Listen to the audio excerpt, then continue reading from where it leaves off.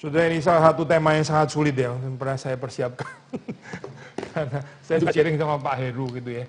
Ini hubungan kedatangan Yesus Kristus Natal dengan keimaman itu di mana gitu ya. Maksudnya begini saya, kalau kita bicara tentang Yesus sebagai Raja terus dikaitkan dengan Natal, ya kita bisa bilang Raja yang di atas segala Raja itu lahir di tempat yang hina, meskipun dia Raja gitu ya, tapi dia lahir di tempat yang hina. Konsep paradoks gitu, kita bisa kaitkan ke sana. Waktu kita bicara di dalam kaitan Yesus sebagai nabi, meskipun waktu dia bayi tentu saja dia belum berkhotbah gitu ya. Tapi bisa di dalam artian misalnya Yohanes 1 itu mengatakan dia datang sebagai terang. Nah itu kan memberitahukan ini ya, memberitahukan realita yang sesungguhnya seperti yang dilihat oleh Tuhan. Di dalam Yohanes 1 dikatakan Yesus itu datang sebagai terang, tapi milik kepunyaan tidak menerima dia ya. Atau seperti di dalam judul ada tulisan rejected logos. Logos kan memang sangat berkait dengan kenabian ya. Maksudnya Yesus sendiri itu adalah logos, dia pribadi kedua. Tapi di dalam inkarnasinya, dia juga adalah firman. Sekaligus di dalam pengertian adalah embodiment ya. Daripada firman yang Bapa mau sampaikan kepada umat manusia. Dan itu ditolak. Maksudnya manusia lebih suka kegelapan, lebih suka di dalam kepalsuan, lebih suka di dalam dusta. Mereka nggak mau mengenal diri dengan benar di bawah terang itu ya. Sehingga mungkin masih kita bisa kaitkan dengan ini ya, dengan office of prophet atau prophetic office gitu. Tapi waktu kita bicara tentang priestly office ya, itu sulit sekali saya cari ahli Alkitabnya ya. Mungkin kalau kita meneruskan di dalam Yohanes pertama ya, tentu saja memang di situ nggak jauh dari Yohanes pertama.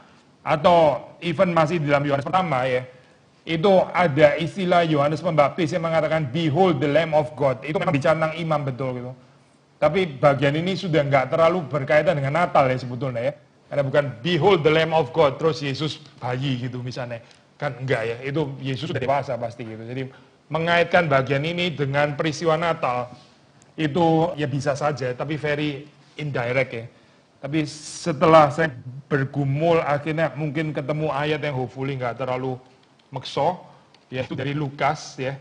Dan happen ini adalah ayat yang kita renungkan juga di dalam perenungan ini ya, perenungan apa yang lain gitu. Saya bawain tema ini sudah 2 kali, satu di STT, 1 kali lagi di persekutuan lansia dan sekarang bicara kepada para pemuda ya. Dan saudara suatu saat juga bisa jadi lansia. Tapi penekanan pada sore hari ini harusnya itu berbeda ya, yaitu dari perikop Lukas pasal yang kedua, ayat yang ke-22 dan seterusnya. Kita mencoba untuk membaca perikop ini ya, dari perspektif priestly office, dari perspektif Jesus priestly office, dan ini masih berkaitan dengan Natal ya. Jesus presented at the temple. Dan ketika genap pengetahiran menurut hukum Taurat Musa, mereka membawa dia ke Yerusalem untuk menyerahkannya kepada Tuhan. Seperti ada tertulis dalam hukum Tuhan, semua anak laki-laki sulung harus dikuduskan ke Allah. Dan untuk mempersembahkan korban menurut apa yang difirmankan dalam hukum Tuhan, itu sepasang burung tekukur atau 2 ekor anak burung merpati. Adalah seorang bernama Simon. Dia seorang yang benar dan saleh yang menantikan penghiburan dari Israel. Roh Kudus ada di atasnya. Kepadanya telah dinyatakan oleh Roh Kudus bahwa ia tidak akan mati sebelum Mesias, yaitu dia yang diurapi. Ya, oke. Mungkin sampai di situ dulu ya. Sebetulnya juga bisa terusin dikit ya. Mungkin kita lompat dari ayat ini ya, perkataan Simeon di situ yang waktu dia berkata dalam ayat ke-28, terus perkataan yang mulai dari ayat 29. Coba next saya bacain 29. Sekarang Tuhan biarkanlah hambamu ini pergi dalam damai sejahtera, sesuai dengan firman-Mu. 30. Sebab mataku telah melihat keselamatan yang daripadamu, yang telah Engkau sediakan di hadapan segala bangsa. Yaitu terang yang menjadi pernyataan bagi bangsa-bangsa lain dan menjadi kemuliaan bagi umat-Mu Israel. Ya, terus kita lompat ke ayat yang ke-34. Ini another perkataan Simeon kali ini kepada Maria. Lalu Simeon memberkati mereka dan berkata kepada Maria pada hari itu, sesungguhnya anak ini ditentukan untuk menjatuhkan atau membangkitkan banyak orang di Israel dan untuk menjadi suatu tanda yang menunjukkan perlawanan. Dan suatu berkat menembus jiwamu sendiri, supaya menjadi nyata pikiran hati banyak orang. Ya, sampai situ ya. Jadi kita pilih beberapa ayat gitu. Saya baca-baca lagi, saya ini ayat dari katekismus ya. Waktu membicarakan tentang threefold office itu dikaitkan dengan apa gitu. Maksudnya kita ada kata kuncinya ya, waktu kita bicara tentang Yesus sebagai nabi, ya itu ada kata kuncinya, itu apa gitu yang dimaksud di sana. Waktu kita bicara Yesus sebagai raja, itu ada kata kuncinya, apa gitu, kenapa Yesus disebut sebagai raja. Waktu kita bicara tentang Yesus sebagai imam, itu juga ada kata kuncinya ya. Nah saudara perhatikan ya, itu kata kuncinya itu dua di sini, at least menurut saya Heidelberg Catechismus. Kita bisa memperkaya pengertiannya dari Calvin Westminster dan yang lain-lain ya. Tapi kita khususnya ini ya, secara simpel dari Heidelberg Catechismus, waktu membicarakan tentang priestly office itu ada dua kata kunci yang penting ya. Saya baca ya di sini ya. Why is it called Christ? Ini Heidelberg Catechismus persen 31. Christ meaning anointed. Because he has been ordained by God the Father and has been anointed with the Holy Spirit. Jadi Kristus, Mesias yang diurapi, to be our chief prophet and teacher. Lalu terus kemudian, who fully reveals to us secret counsel and will of God concerning our deliverance. Itu kaitan sama ini ya, prophet and teacher. Lalu kemudian, our only high priest. Satu-satunya imam besar kita. Nah, terus saudara perhatikan ya, kata kuncinya, who has delivered us by the one sacrifice of his body. Delivered us by the one sacrifice of his body, and who continually pleads our cause with the Father and our eternal King. Nah itu sudah masuk ke King ya. Seperti sudah baca di dalam ini ya, bagian ini. Waktu Yesus dibicarakan sebagai high priest, itu ada dua kata kunci. Satu adalah korban, itu ya, korban. Karena priest itu ada kaitannya sama korban. Satu lagi itu bicara tentang doa syafaat ya. Continually pleads our cause with the Father. Maksudnya ini bicara tentang doa syafaat itu. Nah, mengaitkan doa gini saya, ini saya sedikit sharing cara ngeracik ini ya, supaya saudara tahu kesulitannya bawain renungan gitu. Maksudnya ini sedikit sharing gitu. Heidelberg Catechismus, priestly office, ngomong apa? Dua ini. Tapi kalau kita pilih ini ya, satu ya. Pendoa syafaat, itu agak buntu saya, kita ngomongin di dalam Natal gitu. Karena Natal nggak banyak ngomong Yesus sebagai pendoa syafaat kan ya. Tetapi kita bisa pakai perspektif ini, perspektif sacrifice itu. Jadi kita mau melihat ya, waktu Yesus datang ke dalam dunia, dia menjadi bayi, itu adalah sacrificial act gitu. Dan itu berarti bicara tentang priestly office. Sudah bisa ngikutin saya. Jadi penekanan di sini ya, Yesus voluntarily, dengan rela, dia menjadi manusia, menjadi bayi, itu adalah tindakan sacrifice. Dan karena itu kita boleh kaitkan dengan priestly office gitu. Nah, waktu kita membaca di dalam bagian tadi ya, kita coba kaitin di dalam pembacaan tadi misalnya ya, coba membaca kata-kata yang ada kaitannya dengan sacrifice ya. Kalau saudara baca misalnya tentang keimaman ya, itu di dalam perjanjian lama itu kitab yang sangat menyoroti bagian itu ya, Leviticus. Kitab imamat ya. Sekali lagi ya, kita bisa menggali kitab imamat di situ, apa sih yang ditekankan di dalam imamat di situ? Kenapa manusia itu perlu imam? Karena manusia nggak bisa menghadap langsung kepada Allah, perlu ada mediasi. Maka ada imam besar. Nah, kalau di dalam perjanjian lama, imam besar sendiri mesti menguduskan dirinya terlebih dahulu supaya dia layak sebelum dia bisa mewakili orang Israel, maksudnya manusia-manusia yang lain untuk menghadap Allah gitu. Tapi ide perwakilan ini ya. Lalu terus kemudian mempersembahkan korban, ada korbannya. Dan yang dipulihkan itu apa? Yang dipulihkan itu adalah kesucian, kesucian. Itu berkaitan dengan priestly office. Jadi waktu kita bicara tentang keimaman Yesus, kita bicara tentang kesucian, kita bicara tentang korban, kita bicara tentang melalui korban itu terus kemudian manusia itu dimediasi dengan Allah. Nah, waktu sudah membaca di dalam bagian ini ya, ada misalnya ya di dalam ayat 22. And when the time came for their purification. Saya pikir boleh dibaca ya berdasarkan perspektif itu ya. Purification. Ini bukan kebetulan ya, ini adalah bicara tentang penyucian itu, purification. According to the law of Moses. Ini kan betul-betul cerita Natal ya, ini bukan Yesus waktu dewasa, tapi kita bicara Yesus waktu masih bayi, dia presented at the temple. According to the law of Moses, ini adalah keluarga yang taat ya, bukan cuma Yesus, tapi juga Maria dan Yoses digambarkan sebagai keluarga yang taat kepada Taurat. Gitu. Tapi sekali lagi saya penekanan di dalam ini ya, apa itu? Kata purification, presentation, ya, dedication, purification, itu boleh kita pakai secara ya, di dalam pengertian rada sinonimus di dalam hal ini gitu. Karena waktu itu memang betul orang tuanya Yesus yaitu Yusuf dan Maria membawa dia ke Yerusalem untuk dipersembahkan kepada Tuhan. Gitu. Berarti ini bicara tentang presentation bukan cuma sekedar apa ya, Sudah tahu di beberapa gereja itu ada yang ini ya, ini saya ekskursus sedikit itu. Beberapa gereja kan ada yang nggak setuju dengan baptisan anak ya.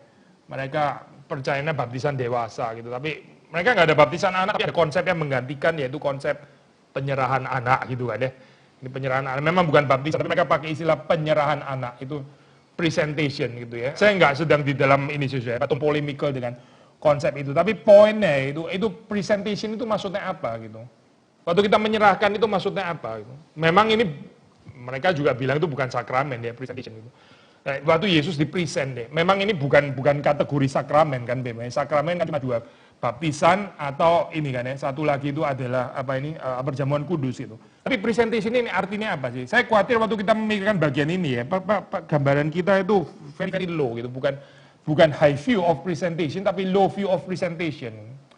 By default ya, sebetulnya semua orang percaya itu adalah milik Tuhan. Ini bukan sesuatu yang dimulai dari milik saya atau milik orang Tuhan, ya, terus kemudian baru setelah itu dipresent kepada Tuhan. Ya. Terbalik, itu semua orang yang dilahirkan, apalagi dalam keluarga Kristen, itu adalah milik Tuhan. Dan konsep ini, ini di dalam komentar ada sesuatu yang menarik, kalau saudara membaca di dalam bagian ini kan gambaran rincian tentang Taurat kan sangat lumayan detail ya di sini ya. Sampai bicara tentang a pair of turtle doves, ada young pigeons lah, 2, ada angkanya lagi gitu ya.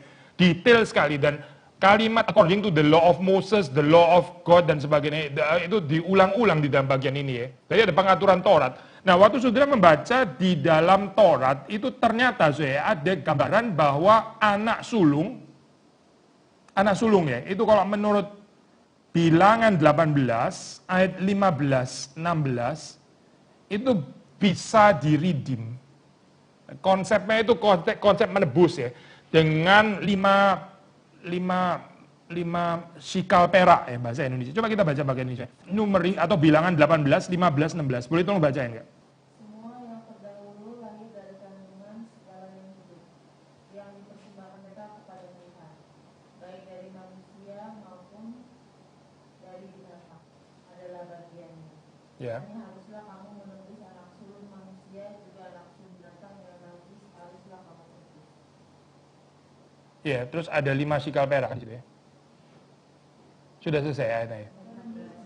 16. Iya. Mengenai uang tebusannya dari sejak berumur 1 bulan haruslah kau tebus menurut nilainya, yakni 5 sikal perak ditimbang menurut sikal kudus. Ya, oke, sampai situ aja. Cukup ya, Jadi saudara mengerti ya, di dalam konteks ini ya. Kalau kita baca detail ya, ini bagian yang kan Lukas kan very detail tentang urusan Torah ya. Pasti bagian ini pasti bukan bagian yang diketahui oleh Lukas. The fact, ini argumentasi ini ya, argumentasi sebenarnya. The fact bahwa bagian ini missing, itu mean something gitu. The fact bahwa bagian ini nggak muncul, itu ada message di dalamnya. Gitu. Nah kita memang baru bisa mengerti ini kalau kita mengerti tradisi ini ya, tradisi Samuel. Samuel itu ya, dia itu anak sulung. Jadi orang Israel kalau punya anak sulung, ya itu di-present di tempel, itu mesti ditebus, ya. Ditebusnya itu 5 sikal perak gitu. Ditebus oleh orang tuanya. Ini kan milik Tuhan. Kamu mau miliki, boleh bayar 5 sikal perak. Saudara jangan pikir negatif ya, gila, anak pun mesti beli dari Tuhan ya. Ternyata anak itu bisa dijual beli, bukan itu ya poinnya, bukan itu saya. Tapi konsep theological yang beautiful itu adalah, ini by default itu miliknya Tuhan, gak otomatis milik lu. Terus kemudian suatu saat kamu yang menyerahkan kepada, oh bukan. Ini by default miliknya Tuhan, ya miliknya Tuhan. Kalau kamu mau memiliki gitu ya, silakan, lu tebus 5 sikal perak gitu. Samuel itu nggak ada tebusan gitu. Samuel itu nggak pernah ditebus 5 sikal perak, maka dia itu dipresent dan dia tinggal bersama dengan Imam Eli. Sudah tahu kan ya cerita itu kan ya. Jadi betul-betul jadi milik Tuhan untuk selamanya di dalam hal ini ya, nggak ditebus oleh Hana gitu. Yesus juga nggak ditebus gitu. Maka waktu kita melihat di dalam bagian ini ya, ini ada kaitannya dengan priestly office ya, karena Yesus itu sacrifice himself, dan bukan cuma dia, tapi juga orang tuanya di dalam hal ini ya. Orang tuanya juga mengorbankan Yesus, nggak ditebus di dalam mereka, karena memang Yesus adalah milik Bapaknya. Nah ini kalau sudah kaitkan dengan mesej perikop yang mengatakan ini ya, tidak tahukah engkau bahwa aku harus berada di rumah Bapakku. Memang Yesus seperti Samuel, memang dia harusnya berada di rumah Bapaknya, nggak pernah ada tebusan 5 sikal perak. Ini jelas sekali bagian ini ya. Maksudnya the fact bahwa Lukas sampai menulis tentang adanya pengaturan ini ya, A pair of turtle doves, 2 young pigeons, sebetulnya tinggal sama tambah satu lagi, 5 sikal perak gitu. Tapi bagian ini nggak ada. Berarti apa saya? Berarti Yesus itu dikorbankan sejak dari bayi. Bukan baru di atas kayu salib, saya bukan itu. Tadi saya ada sempat sedikit diskusi waktu di ini grup ini Dewan Pengawas Doktrin bersama dengan Pak David dan ini Pak Ben. Terus ada penekanan ini ya. Waktu itu kita diskusi ini. Ada orang Kristen berpikir secara keliru, pikir pengorbanan Yesus itu baru waktu dia mati di atas kayu salib, di situ baru dia itu priest gitu ya. Itu salah, salah konsep itu. Memang kita nggak harus menarik kepada kekekalan ya di dalam hal ini gitu. Karena priest itu kan ekonomik, maksudnya ini adalah tindakan yang kaitan dengan manusia, menebus manusia dan sebagainya. Tetapi bahwa katakanlah ya, mulai dari paling minimum ya, mulai dari lahirnya, itu sudah tindakan korban gitu. Bukan waktu dia di atas kayu salib baru dia berkorban. Maksudnya bukan nikmatilah masa mudamu gitu ya, lu mau manja, mau apa, mau cengeng terserah lu, tapi ntar terakhir ya silakan naik ke atas kayu salib gitu ya. Your time is up, maksudnya no more me time please itu misalnya. Kayaknya itu bukan konsep Alkitab, bukan itu. Konsep Alkitab itu dari detik pertama Yesus lahir, itu sudah pengorbanan gitu. Berarti kita mencoba untuk membaca ya peristiwa Natal itu sebagai satu tindakan pengorbanan from the very beginning. Dan bukan kebetulan kan cerita Natal, memang Yesus nggak dapat fasilitas kan di dalam cerita Natal, itu sudah pengorbanan. Pengorbanannya itu bukan mulai di atas kayu salib atau mulai di Taman Getsemani ya. Tapi sudah mulai waktu dia lahir, itu sudah tindakan pengorbanan. Dan waktu sudah membaca di dalam cerita ini ya, Simeon mengatakan pengorbanan itu ada, apa ya, ini Yesus sendiri yang dikorbankan gitu ya. Tapi dia bicara tentang Maria misalnya ya. Dia bicara tentang Maria, di ayat yang tadi kita baca ayat 34 ya. Behold this child is appointed for the fall and rising of many in Israel. Anak ini akan menjadi perbantahan, akan menjadi kontroversi. Dan Yesus jadi orang kayak begini ya. Di mana ada dia di sana ya, di situ terjadi konflik, terjadi pertengkaran gitu. Ini hopefully nggak kontradiksi dengan tadi ya. Ini dua-duanya di dalam Alkitab. Yesus datang membawa damai, betul. Memang et intera pax hominibus boni voluntatis ya. Dan itu satu sisi. Sisi yang lain Yesus datang membawa perpecahan, itu juga gitu. Di dalam pengertian bahwa dia nggak membawa damai seperti yang dipikirkan oleh di dalam dunia ini gitu. Anak ini ini appointed ya, the child is appointed. Dia appointed itu apa? For the fall and rising of many in Israel. Dia akan menjadi subjek perbantahan gitu. Ada yang percaya, ada yang nggak percaya, ada yang mengasihi dia, ada yang benci luar biasa, ada yang kepingin bunuh dia dan sebagainya. Anak ini gitu. Jadi apa ya ini ya, konsep korban gitu maksudnya. Konsep korban itu sendiri kan ini kan ya. Domba itu sendiri mesti disembeli gitu. Ini bukan domba yang terus kemudian jadi utuh, terus orang Israel lucu ya domba ini gitu pegang-pegang, apa itu hak, ini apa kadel-kadel dan sebagainya, bukan itu. Tapi domba yang harus dibunuh ya, dan itu menimbulkan satu pandangan kengerian gitu, dan itu diselesaikan dengan itu. Maksudnya ini ya, Pak, itu priestly office itu. Dan bukan cuma itu, saya waktu di sini dikatakan, saya nggak memaksudkan ini sebagai satu distraksi ya, tapi bahkan ya keluarganya dari Maria gitu. Dia bilang, maksudnya Simeon bilang, a sword will pierce through your own soul also. Yang di sekeliling Yesus itu ya, yang mengerti Yesus sebagai priest, itu akan ikut di dalam sacrificial movement ini gitu. Saudara nangkep ya poin ini ya. Jadi nggak bisa cuma Yesus yang dikorbankan. Oh Maria sama Yusuf sih nggak ikut-ikut gitu. Ini mereka nggak perlu ikut korban. Yang korban kan Yesus gitu. Saya bukan mengatakan bahwa Maria bersama dengan Yesus jadi penebus, bukan itu sih pasti konsepnya gitu ya. Tapi di dalam pengertian bahwa Yesus yang berkorban itu ya sekelilingnya itu juga mengalami atmosfer atau lebih daripada atmosfer ya. Pengalaman ikut berkorban. A sword will pierce through your own soul also. Istilah also ini menarik ya. A sword will pierce through your own soul also. Also itu berarti sebelumnya itu ada miripnya gitu kan ya. Kalau saya sudah makan, dia sudah makan juga gitu kan ya. Berarti dia juga ya, karena sebelumnya sudah makan, dia juga sudah makan gitu kan ya. Ini grammar sederhana ya.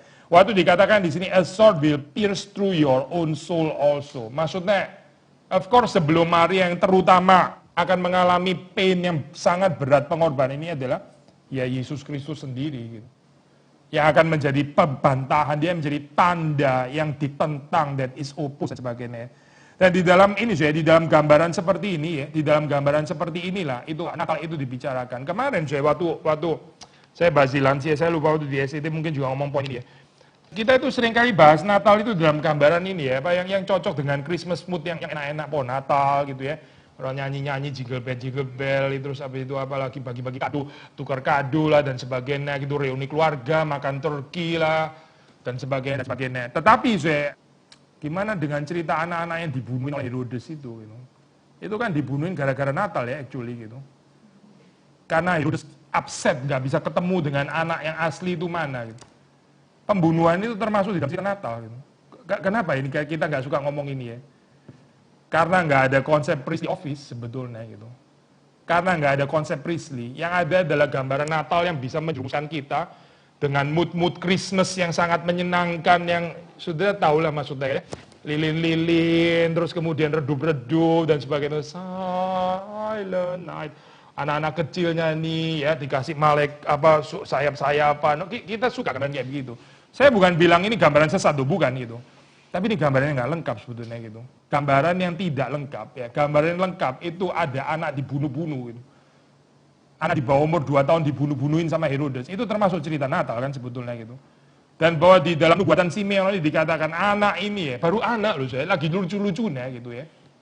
Dibilang ini akan menjadi, ini appointed for the fall and rising of many, for a sign that is opposed. Lagi lucu-lucunya, lagi gendong gini, ngomong gini gitu, pantas nggak sih saya? Kayak nggak pantas gitu ya. Kalau saudara pergi ke orang barusan punya newborn baby gitu ya, saudara misalnya gitu ya, dikasih kesempatan gendong-gendong. Jangan lupa ya, di dalam dunia ini ada sangat penyakit gitu. Lu jangan pikir anak ini kebal terhadap kanker gitu. Cocok gak sih ngomong kayak gini nih? Sudah bikin, lu pulang aja deh, aduh kok ngomong gini ya? Dia bukan sudah nggak bawa kado, ngomongin kanker lah, ngomongin apa? Ini anak kalau saya lepas bisa pecah loh kepalanya misalnya gitu ya. Ya ini ngomong sinting atau apa sih sebenarnya gitu?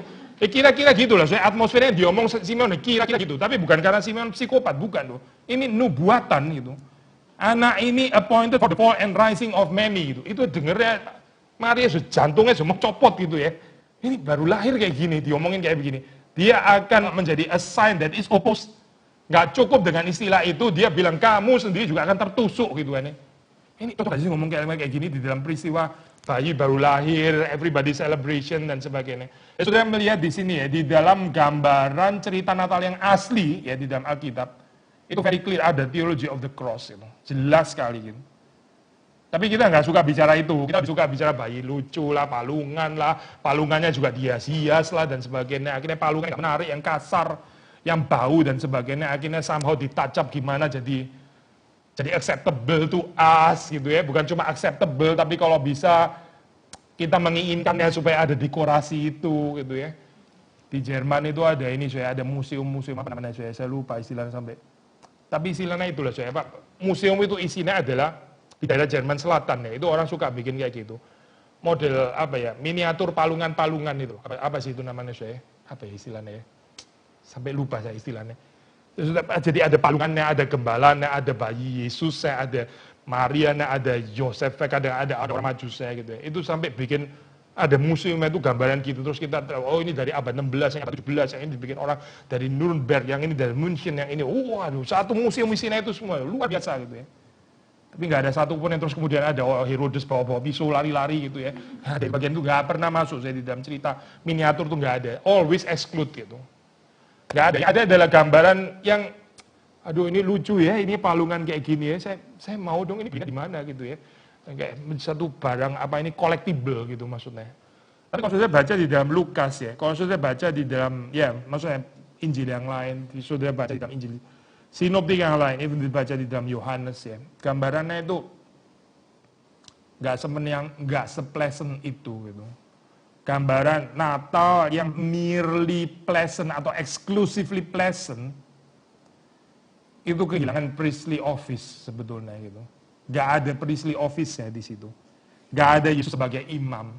Karena waktu ngomongin Yesus sebagai imam itu harus ngomongin ada darah, ada pengorbanan gitu. Ada yang dibunuh, ya, ada yang kena tikaman pisau dan sebagainya, dan seterusnya dan seterusnya. Jadi saya kehadiran yang ini ya, bukan sekali lagi ya, bukan cuma Yesus tok gitu ya. Tapi juga Maria juga tertusuk ya. Itu tadi bayi-bayinya itu orang itu mama bagaimana itu? Nangis-nangis gitu ya. Terus kalau misalnya ditanya, ini kenapa bayi bisa ada? Karena ada bayi yang lahir. Siapa bayi itu sampai bayi gua sendiri dibunuh-bunuh gitu, Mas. Itu cerita Natal sih, itu semuanya cerita Natal, gambaran ini ya. Bukan tanpa pengorbanan, bukan tanpa pain, ya, bukan tanpa darah. Nah, sekarang kaitannya dengan ini ya, dengan penghayatan kita ya. Penghayatan kita. Bagaimana kita menghayati peristiwa Natal? Sama seperti kita bilang, kita nggak bisa memikirkan ini ya, penderitaan Kristus tanpa Kristus yang terlebih dahulu lahir. Maksudnya nggak ada Paskah tanpa Natal. Sebenarnya juga nggak ada Natal tanpa Paskah atau tanpa Jumat Agung. Nggak ada Natal tanpa theology of the cross. Ini bukan satu gambaran yang pleasant waktu kita membicarakan Yesus turun ke dalam dunia ya. Tapi itu betul-betul satu tindakan pengorbanan. Dan yang berkorban itu banyak saja yang berkorban itu. Maksudnya Yesus datang membawa spirit pengorbanan ini gitu. Nah, poin ini ya. Saya nggak mau saudara salah mengerti seperti kayak seolah-olah Maria itu menebus, terus kemudian bayi-bayi itu yang dibunuh, mamanya semua punya jasa di dalam karya keselamatan. Saya nggak ngomong itu ya, bukan itu. Tapi waktu Yesus datang, dia membawa ini ya, spirit of sacrifice ini ya. Dia bukan membawanya secara individually, gitu, personally, tapi dia menghadirkan sampai di sekitarnya itu terjadi pembunuhan, terjadi sacrifice. Memang Natal artinya itu. Gitu. Natal itu artinya adalah pengorbanan. Jadi waktu kita menghayati ini, waktu menghayati Natal, gitu, apa artinya ya? Anak Allah ya, yang agung itu terus kemudian turun menjadi bayi. Ya ini kita baca di dalam pengertian tindakan pengorbanan. Dedication, purification, presented at the temple. Presented kemana ya? Presented untuk mati sebetulnya gitu. Presented untuk menjadi perbantahan itu tadi. Yesus itu dedication ke sana sebetulnya gitu ya. Lalu kehidupan saudara dan saya juga ya mestinya long time ago ya sudah ya. Ini nggak ngomongin sekarang even gitu. Kalau baru sekarang ya sudah sangat telat gitu. Tapi waktu kita lahir itu by default kita bisa bilang juga kita milik Tuhan gitu. Orang tua saudara nggak menebus dengan 5 sikal perak kan? Atau berapa kilo emas gitu kan, nggak ada. Berarti secara aturan Taurat ini agak sedikit joking ya. Semua kehidupan saudara itu milik Tuhan. Gitu. Kan nggak ada orang tua saudara yang bayar-bayar gitu kan, nggak ada kan. Oh saudara ada waktu itu baptisan ada persembahan sulung itu jadi 5 sikal pilih saya gitu ya. Tapi keindahannya daripada ayat ini saya lagi ya, karena nggak ada 5 sikal perak itu tadi ya dalam kehidupan Samuel dan terus mencapai klimaksnya dalam kehidupan Yesus. Berarti ini memang adalah seorang anak sulung ya yang memang sudah siap untuk dikorbankan gitu. Ya waktu dia itu di dalam kehidupannya dia itu akan menjalani kehidupan pengorbanan. Memang klimaksnya di atas kayu salib betul. Tapi di dalam sepanjang kehidupannya, itu saudara bisa melihat kehidupan seseorang yang penuh dengan pengorbanan, yang akrab dengan pengorbanan. Sekali lagi ya saya, bukan selagi masa muda kita nikmati sendiri banyak me time dan sebagainya. Nanti terakhir saya mempersembahkan diri ya dan sebagainya. Saya ngomong ini mungkin agak ini ya saya, ini enggak mutlak ya, tapi saya boleh sharing gitu. Mungkin bisa sensitif sharing gini. Tapi beberapa orang yang mempersembahkan diri terlalu telat, itu bisa mengalami kesulitan di dalam kehidupan pelayanannya. Saudara kalau dipanggil Tuhan waktu masa muda ya, itu dia sudah dipanggil Tuhan masa muda. Gitu. Jangan tunggu sampai terakhir terus habis itu. Terakhir sudah ada kesulitannya sendiri. Dan saudara yang nggak dipanggil jadi hamba Tuhan pun ya, tetap Tuhan panggil juga kan sebetulnya. Undangan untuk being presented atau dedicated ya kepada Tuhan, itu panggilan untuk semua orang percaya sebetulnya gitu. Nah, kita menghayati ini ya, menghayati apa itu? Makna Natal di dalam pengertiannya ini, kalau di dalam Heidelberg Catechismus itu sambungannya ya. Kan Yesus itu high priest, dia mengorbankan dirinya sendiri itu menjadi tebusan bagi kita. Lalu bagaimana kita menghayati, kita ini disebut Christian. Christian itu kan dari Christ ya, Christ terus Christian gitu kan ya.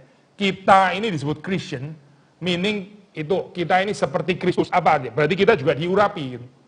Kristus yang diurapi, kita ini Mesias kecil. Mesias kecil itu namanya Christian ya. Nah, apa itu artinya? Kalau di dalam Heidelberg Catechismus itu saya Christian ya, karena saya juga raja imam nabi. Nah, waktu membicarakan tentang imam Apa itu aspeknya? Saya selesaikan yang lebih gampang dulu ya. Seperti Yesus, saya juga harusnya jadi pendoa syafaat. Itu berarti saya punya fungsi imam. Tapi ya selain itu, waktu bicara tentang sacrifice, karena saya sendiri juga diundang untuk present myself as a living sacrifice.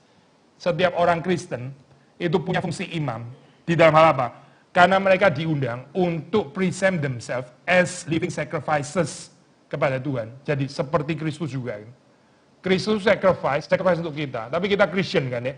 Kita adalah orang Kristen. Kita mesti seperti Kristus. Berarti kita juga, ini Roma kan ya. Roma pasal 12.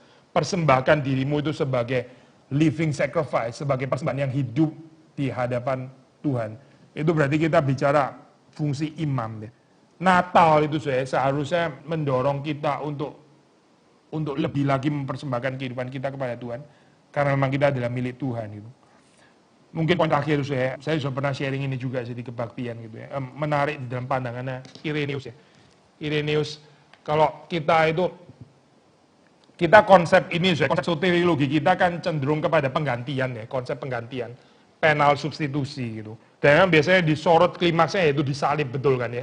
Yesus waktu disalib dia menggantikan kita ya. Dosa kita dilempar ke sana, kebenarannya dilempar kepada kita gitu. Itu namanya happy exchange atau joyful exchange ya, istilahnya Luther, istilahnya Calvin gitu.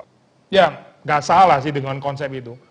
Tapi Irenaeus mengembangkan satu konsep yang menarik. Dia bilang itu ya, memang di dalam Islam Ortodoks kan nggak bicara substitusi seperti kita di Protestantisme ya. Tapi dia bicara tentang ini ya, konsep apa itu penebusan, sanctification dan sebagainya. Konsep yang unik di dalam Irenaeus dia bilang itu waktu Yesus lahir ya, itu dia sudah memulai karya keselamatan gitu. Sudah nggak konsep ini ya. Sehingga setiap jejak di dalam kehidupan kita ya, waktu kita lahir, Yesus sudah ada di sana terlebih dahulu gitu. Ya. Masa bayi kita itu ditebus oleh Yesus yang tidak pernah jadi bayi gitu. Waktu kita bertumbuh, ya itu jenjang pertumbuhan, itu juga dilalui oleh Kristus. Waktu Yesus melalui itu, dia menebus kita punya pertumbuhan itu ya. Sudah nangkep ya? Waktu Yesus menjejaki proses stages di dalam kehidupan manusia, itu dia menebusnya itu. Dia menguduskannya, dia menyucikannya. Ini konsep yang sangat menarik. Memang ini ya, ini bukan tanpa ekses ya. Ini saudara nggak perlu mengikuti ya, karena dia punya konsep kayak begini. Jadi Irenaeus itu percaya Yesus itu matinya juga tua. Nah ini problematis ini ya. Pernah baca saya kalau nggak salah ingat dia percaya Yesus itu ke atas kayu salib umur 54. Itu kayaknya nggak ada dukungan ya sesuai di dalam angka itu dari mana ya gitu ya. Ini konsepnya agak aneh menurut saya gitu, karena dia percaya semua stages of life mesti dikuduskan. Jadi Yesus ke atas kayu salib menurut Irenaeus juga mesti sampai tua juga ya, supaya orang tua juga ikut dikuduskan gitu ya. Karena Yesus juga berada di sana. Tapi kalau kita baca Alkitab kan nggak segitulah umurnya gitu. Nah ini bagian ekses lah, supaya kita nggak bicara bagian itu ya, dan kita nggak perlu terima. Tapi konsep ini jenjang kehidupan manusia yang dilalui oleh Yesus dan bersamaan dengan itu terus Yesus meridim ya. Meridim, itu konsep yang sangat-sangat beautiful. Gitu. Perhaps bisa memperkaya kita punya ini ya, tradisi Protestan. Karena tradisi Protestan kan punya kecenderungan salib gitu kan ya, betul kan ya? Nggak salah sih, saya bilang ini fokus, ini konsentrasi di situ, betul gitu. Even kita pakai istilah klimaks, nggak salah gitu. Tapi jangan lupa ini Injil ya, keempat Injil itu berbeda dengan tulisan Paulus, precisely karena ada the life of Jesus kan ya. Karena ada cerita Natal, ada cerita Yesus di present kayak begini, ntar waktu bar mitzvah ada ceritanya lagi menurut Lukas, waktu Yohanes Pembaptis memanggil Yesus dan sebagainya, itu kan ada ceritanya, bukan cuma bicara langsung salib, ya, terus kemudian dia bangkit gitu. Kalau Paulus kan itu ya, salib terus bangkit gitu kan ya.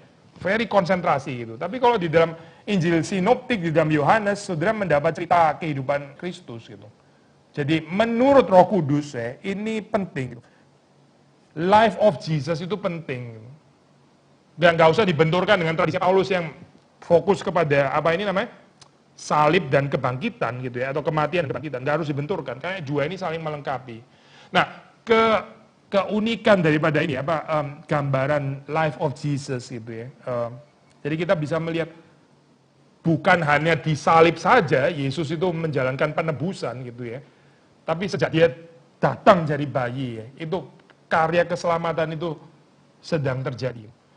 Kalau pinjam istilah Irenaeus, all stages of human life itu waktu Yesus masuk itu dia menguduskannya satu persatu gitu. Karena Sejak bayi dia nggak berdosa. Waktu dia lebih gede dia nggak berdosa. Semua stage, semua umur itu dikuduskan oleh Kristus gitu. Ya, dan tentu saja betul juga waktu kita mengatakan klimaksnya itu ada pada kayu salib gitu. Cuma sekali lagi saya, kalau kita percaya life of Jesus ini story of redemption begins with Natal. Kalau kita bicara kehidupan Yesus Kristus ya, Natal sampai kepada kematian kebangkitannya, maka ini implikasinya apa? Maka kehidupan saudara dan saya harusnya juga diserahkan Tuhan dari kapan-kapan gitu. Bukan ada satu timing di mana kita bergumul kepada Tuhan, Tuhan hari ini kuserahkan hidupku. Itu konsep dari mana? Konsep dari mana itu? Memang Yesus kapan menyerahkan dirinya? Gitu. Saya serahkan hidupku kepadamu ya oke lah, lebih baik ini kan ya terjadi daripada never gitu kan ya. Paling enggak ya kalaupun telat toh terjadi juga daripada enggak pernah sama sekali. Tapi kalau menurut konsep Alkitab, saya sudah melihat ini, Yesus ini dipresent very early. Waktu dia masih bayi, itu sudah dikorbankan sebetulnya gitu. Seperti Hana yang mengorbankan Samuel, diserahkan di bait Allah. Yesus juga dipresent di temple gitu. Nggak ada tebusan. Memang dia mesti menjalani jalan korban itu gitu. Jadi Natal membawa serta dengan kita cerita ini. Yesus akan menjadi keselamatan ya. Dan itu dilihat oleh Simeon, dirayakan dan sebagainya. It's a beautiful celebration memang gitu. Beautiful celebration. Tapi jangan lupa sekali lagi ya. Ada darah, ada pertumpahan darah, ada pengorbanan, ada yang ditusuk oleh pisau dan sebagainya. Itu juga cerita Natal gitu. Jangan merupakan aspek ini gitu. Karena ini juga belongs to Natal gitu. Kiranya Tuhan memberkati kita semua. Mari kita masuk dalam doa. Tuhan, kami bersyukur untuk firman Tuhan dan kami berdoa supaya Engkau menolong kami untuk bisa menghayatinya dalam kehidupan kami. Apa yang kami pelajari dari firman Tuhan, Engkau sekali lagi meteraikan di dalam hati kami sehingga kami ini menjadi orang yang diubahkan seperti Engkau. Kehidupan kami ini adalah satu kehidupan yang dikorbankan, bukan karena kami layak, tapi karena Tuhan memberi kesempatan, karena Tuhan mengundang kami. Karena Tuhan mau supaya kami juga mengalami persekutuan dengan Engkau. Ketika kami pun juga menjalani kehidupan pengorbanan seperti ada pada Tuhan. Kami berdoa supaya pemuda di tempat ini meskipun masih muda, tapi boleh menghidupi kehidupan yang dipenuhi dengan pengorbanan kepada Tuhan. Karena Engkau sudah terlebih dahulu berkorban bagi kami. Terima kasih Tuhan. Demi Yesus Kristus kami berdoa, kami bersyukur. Amin.